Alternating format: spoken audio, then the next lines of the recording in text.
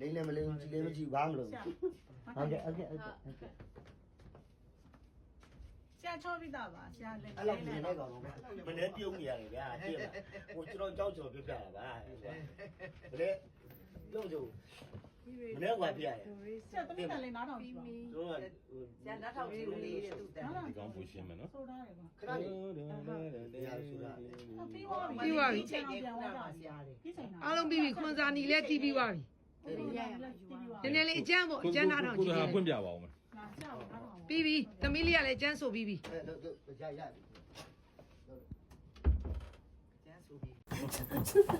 ဟုတ်ကနေတိုင်မီထိုးစင်းပြီးတော့ပြန်ကြရပြီ အဲ့လိုပဲလုပ်တင်တော့ မကင်ကိုရိုက်အောင်မ ပါတော့ကန်ကြီးကြီးလောက်တာပြီးတော့ဒါပေမဲ့ဟိုလိုတင်လာဒီဟိုလိုတင်တက်လာ မကင်တရောပါ တင်တက်လာ ဒီကျိုးတာပြီ ဒါဘာဘာ